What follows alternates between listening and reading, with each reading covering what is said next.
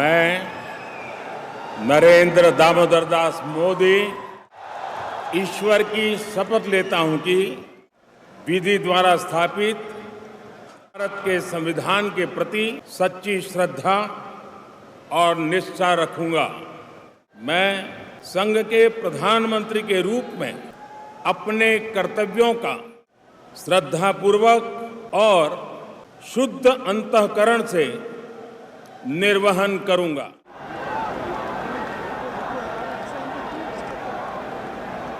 नमस्कार, मैं सरोज कुमार। द सभा में एक बार फिर से सभी का स्वागत है। मित्रों, ये सच है कि नरेंद्र दामोदर दास मोदी तीसरी बार देश के प्रधानमंत्री बन गए हैं, मगर अब उनके समर्थक उनकी इस उपलब्धि की तुलना देश के प्रथम प्रधानमंत्री पंडित जवाहरलाल नेहरू से करने लगे। ये अलग बात है कि पंडित नेहरू लगभग 18 साल तक देश के प्रधानमंत्री रहे हैं और 5 बार उन्होंने शपथ ली थी। और यदि नरेंद्र मोदी अपना तीसरा कार्यकाल पूरा कर भी लेते हैं तो भी ये 15 साल ही होगा।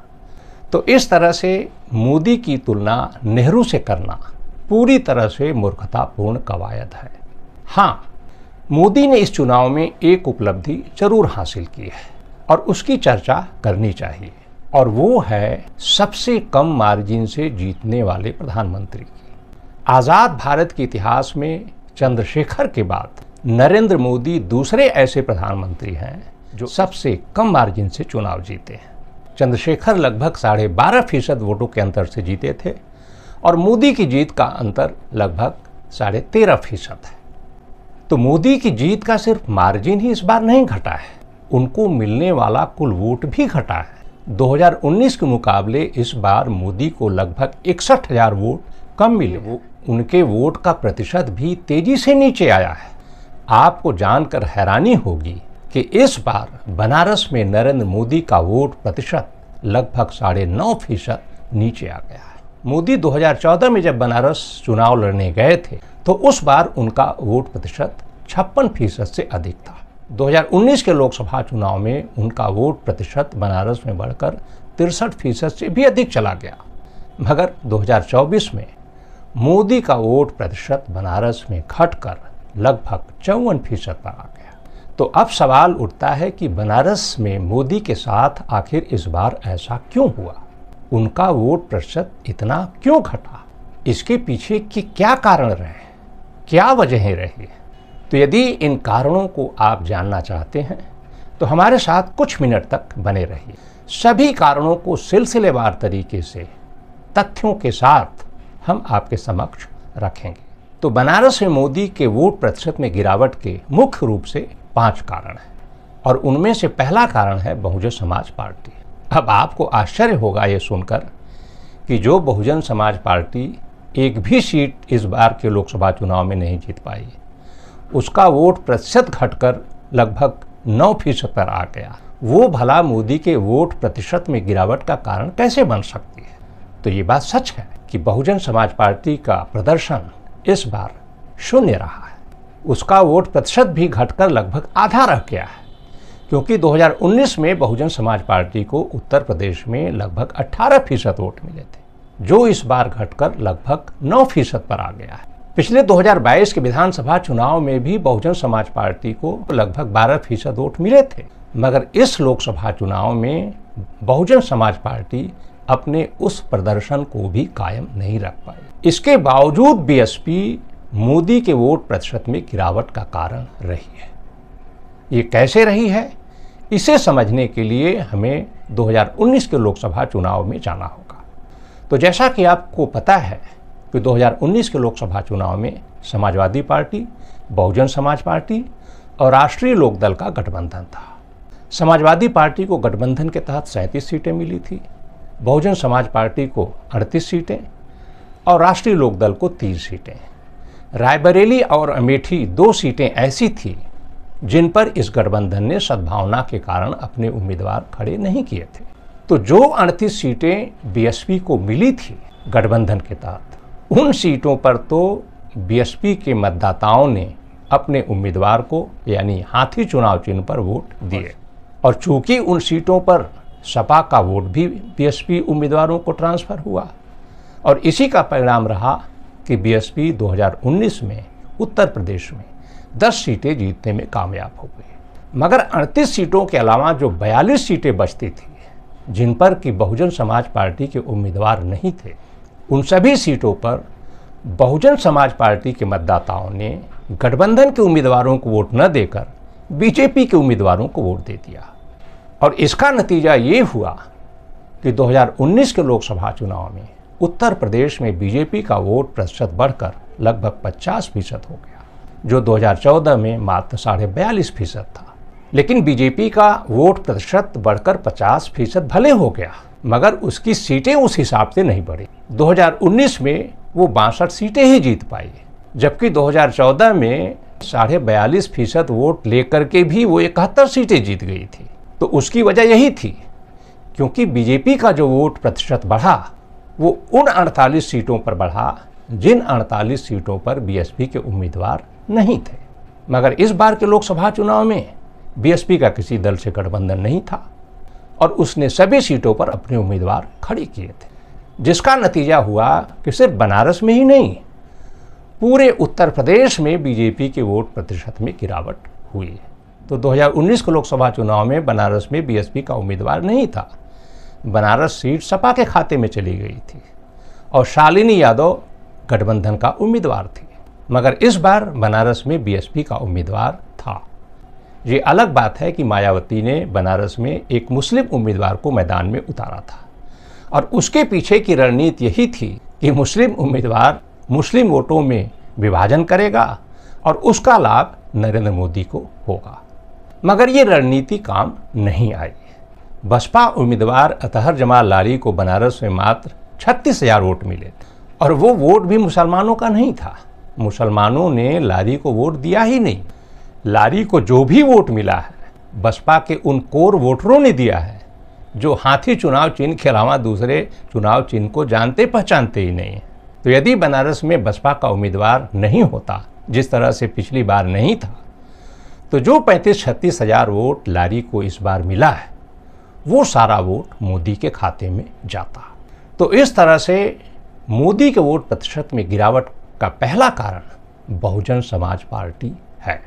दूसरा कारण भूमिहार और क्षत्रिय समाज की नाराजगी। आपको पता होना चाहिए कि ये दोनों जातियां बीजेपी का कोर वोटर रही है। बीजेपी की स्थापना के समय से ही आंख मूंद कर बीजेपी को वोट करती रही, मगर इस बार के चुनाव में ये दोनों जातियां बीजेपी से नाराज थीं और इन दोनों जातियों ने बीजेपी उम्मीदवारों के खिलाफ वोट देने का काम किया है और उसका खामियाजा नरेंद्र मोदी को भी बनारस में भुगतना पड़ा है। अब ये दोनों जातियां बीजेपी से नाराज क्यों हो गईं अचानक, इसके बारे में हमने 31 मई के वीडियो में विस्तार से चर्चा की है। उस वीडियो में हमने ये भी बताया हुआ है कि उत्तर प्रदेश में बीजेपी आधे रास्ते पर अटकने जा रही है। बीजेपी की सीटें या तो 40 या उससे भी नीचे आ सकती हैं और जो बातें हमने उस वीडियो में कही थी 200% सच साबित हुई। तो यदि आप उस वीडियो को न देखे हों तो हमारे चैनल पर उपलब्ध है, आप जाकर उसे देख सकते हैं। उसमें आपको पता चल जाएगा कि आखिर ये दोनों जातियां बीजेपी से इस बार नाराज क्यों थी। तो मोदी के वोट प्रतिशत में गिरावट का तीसरा कारण महंगाई और बेरोजगारी। महंगाई और बेरोजगारी के कारण आम जनता जिस कदर परेशान है, खास तौर से युवा वर्ग और महिलाएं, उसका असर वोट प्रतिशत में गिरावट के रूप में सामने आया है, क्योंकि मोदी सरकार इन दोनों मोर्चों पर बुरी तरह से विफल हुई है। पिछले 40 सालों के दौरान सबसे अधिक बेरोजगारी इस समय है। महंगाई आसमान छू रही है। आम आदमी का गुजर बसर करना मुश्किल हो गया और उसका असर वोट प्रतिशत में गिरावट के रूप में देखने को मिला है। और चौथा कारण मोदी की अपनी कार्यशैली। अब आप कहेंगे कि मोदी ने तो बनारस में इतने सारे विकास कार्य किए, हजारों करोड़ की परियोजनाएं वहां पर लागू की, इसके बावजूद उनकी कार्यशैली कैसे खराब हो गई। तो यहाँ सवाल ये उठता है कि बनारस में जिस तरह के विकास कार्य किए गए हैं, क्या उस तरह के विकास कार्य की बनारस में जरूरत थी भी या नहीं?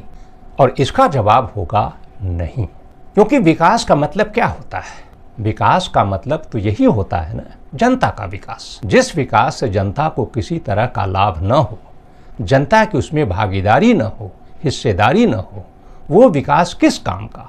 तो बनारस में जिस तरह के विकास कार्य किए गए हैं, ज़्यादातर विकास इसी तरह के रहे, जिसमें न तो जनता की भागीदारी रही है और न तो उसमें उसकी कोई हिस्सेदारी ही है।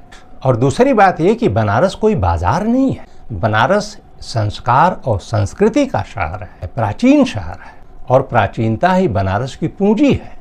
उसी प्राचीनता को देखने, जानने, समझने के लिए पूरी दुनिया से लोग बनारस आते हैं। तो बनारस में जिस तरह के विकास कार्य किए गए हैं, उससे बनारस की प्राचीनता को नुकसान पहुंचा है। आपको पता होना चाहिए कि विश्वनाथ मंदिर कॉरिडोर बनाने के लिए सैकड़ों इमारतों को ध्वस्त कर दिया गया, और ये इमारतें सैकड़ों साल पुरानी थी। उनमें से तमाम इमारतें ऐतिहासिक थी, धरोहर थी। आशुलिपि के जनक निस्मामेश्वर मिश्र का घर उन्हीं इमारतों में शामिल था, उसे ध्वस्त कर दिया गया। आशुलिपि, जिसे आज शॉर्ट हैंड कहा जाता है, लाल बहादुर शास्त्री मिश्र जी के शिष्य थे, और जब वो प्रधानमंत्री बने थे तब मिश्र जी से मिलने गए थे। उस भवन को ध्वस्त कर दिया गया। देवकी नंदन खत्री की हवेली, जिसमें बैठकर उन्होंने चंद्रकांता संतति लिखी, वो हवेली ध्वस्त कर दी गई, जहां दुनिया भर के साहित्यकार आते थे दर्शन के लिए। करमाइकल लाइब्रेरी, गोयनका लाइब्रेरी, जहां पर कि बनारस की विभूतियां बैठकर अध्ययन किया करती थी। भारतेंदु हरिश्चंद्र, मुंशी प्रेमचंद्र, सितारे हिंद, लाल बहादुर शास्त्री, पंडित कमलापत त्रिपाठी, ये तमाम विभूतियां बनारस की करमाइकल लाइब्रेरी में बैठकर अध्ययन करती। वो लाइब्रेरी ध्वस्त कर दी गई। गोयनका लाइब्रेरी संस्कृत की पुस्तकों का खजाना थी, उस लाइब्रेरी को ध्वस्त कर दिया गया, सिर्फ कॉरिडोर के लिए। तो बनारस के लोगों की प्राथमिकता कॉरिडोर नहीं, लाइब्रेरी थी। इसलिए बनारस के लोग नाराज थे। बनारस के किसी भी व्यक्ति ने कॉरिडोर की मांग नहीं की थी, किसी ने भी, किसी भी संस्था ने। बनारस एक प्राचीन शहर है, हेरिटेज सिटी है। जो भी चीज़ें वहाँ पर हैं ऐतिहासिक हैं, उसके संरक्षण की ज़रूरत थी, उसे बेहतर तरीके से सजोने और संवारने की ज़रूरत थी। विध्वंस की ज़रूरत नहीं, तोड़ फोड़ की ज़रूरत नहीं। मगर 10 सालों के दौरान बनारस में जितना तोड़ फोड़ हुआ है, बनारस के लोगों का कहना है कि इतना तो औरंगजेब के ज़माने में भी बनारस में तोड़ फोड़ नहीं हुआ था। आपको पता होना चाहिए कि किस तरह से सर्व सेवा संघ परिसर को ढहाया गया, उस पर जबरन कब्जा कर लिया गया। सर्व सेवा संघ की स्थापना आचार्य विनोबा ने की थी। तो गांधी, विनोबा और जयप्रकाश नारायण की विरासत को ध्वस्त कर दिया गया, और कहीं पर भी उसकी सुनवाई नहीं हुई। और ये सब किसके लिए किया गया? मल्टी मोड टर्मिनल के लिए, जहां पर कि 5 स्टार शॉपिंग कॉम्प्लेक्स बनेंगे। आप जरा सोचिए कि गांधी, विनोबा और जयप्रकाश की विरासत को ध्वस्त करके वहां पर 5 स्टार शॉपिंग कॉम्प्लेक्स बनेगा। तो इसके पीछे की सोच क्या है? कि बनारस में अधिक से अधिक लोगों को बुलाना। और बनारस की इतनी क्षमता नहीं रह गई है। बनारस एक छोटा सा शहर है, पतली पतली सड़कें, पतली पतली गलियां, इतने विकास कार्यों को बर्दाश्त करने की क्षमता बनारस की नहीं है। बनारस को सिर्फ और सिर्फ संरक्षण की जरूरत थी। जो भी चीज़ें वहाँ पर मौजूद हैं, उनको बेहतर तरीके से, सुंदर तरीके से संरक्षित करने की जरूरत थी। लगता है शायद नरेंद्र मोदी बनारस को ठीक से समझ नहीं पाए, और उसका नतीजा ये हुआ कि बनारस के लोग नरेंद्र मोदी से खुश नहीं हैं। फिर भी नाराजगी के बावजूद लोगों ने वोट दिया, और उसी का परिणाम है कि 1.5 लाख वोटों से नरेंद्र मोदी इस बार भी चुनाव जीत गए। मगर जिस तरह की जनता में नाराजगी थी, यदि विपक्षी दल के नेता ठीक से जनता को भरोसे में ले लिए होते तो हो सकता था कि नरेंद्र मोदी चुनाव हार भी सकते थे। तो इस तरह से मोदी के वोट प्रतिशत में गिरावट का चौथा कारण उनकी कार्यशैली रही है, और मोदी की इसी कार्यशैली का परिणाम है कि उनकी लोकप्रियता तेजी के साथ नीचे आई है। अभी हाल ही में आए CSDS का सर्वे उठाकर देख लीजिए, उत्तर प्रदेश के 36% लोगों ने राहुल गांधी को प्रधानमंत्री बनाने के पक्ष में वोट किया है, और मोदी के पक्ष में मात्र 32% लोगों ने। तो आप इससे अंदाज़ा लगा लीजिए कि यदि मोदी के वोट प्रतिशत में बनारस में 9.5% की गिरावट हुई है तो क्यों हुई है। और 5वां कारण रहा है स्थानीय BJP नेताओं और प्रशासन की दबंगई है। आपको याद होगा कि किस तरह IIT BHU की छात्रा के साथ गैंगरेप किया गया था, और गैंगरेप करने वाले लोग कौन थे? बीजेपी IT सेल के लोग थे, और महीनों तक प्रशासन उन्हें बचाता रहा। तीनों आरोपियों ने उस दौरान मध्य प्रदेश जाकर वहां विधानसभा चुनाव के लिए प्रचार किया, और प्रशासन हाथ पे हाथ धरे बैठी रह गई, जबकि उसे आरोपियों के बारे में पूरी जानकारी थी। तो इसका भी असर बनारस की जनता पर हुआ है। आपको ये भी याद होगा कि BHU कार्डियोलॉजी विभाग के अध्यक्ष प्रोफेसर ओम शंकर के साथ किस तरह का बर्ताव किया गया। ओम शंकर का अपराध क्या था?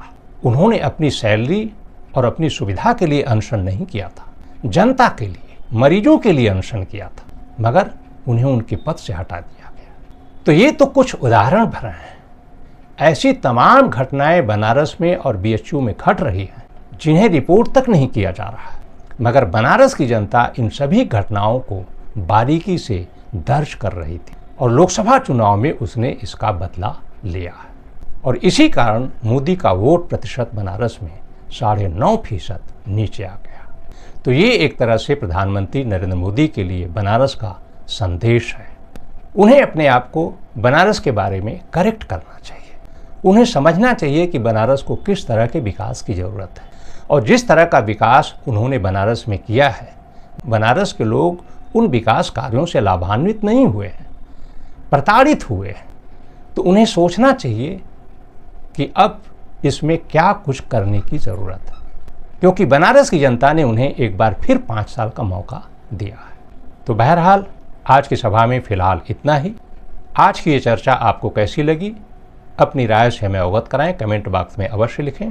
और यदि ये चर्चा आपको अच्छी लगे तो इसे लाइक करें, मित्रों परिचितों को शेयर करें, और चैनल को सब्सक्राइब भी कर लें। तो जल्द मिलेंगे एक नई कहानी के साथ। तब तक के लिए हमें दीजिए इजाज़त।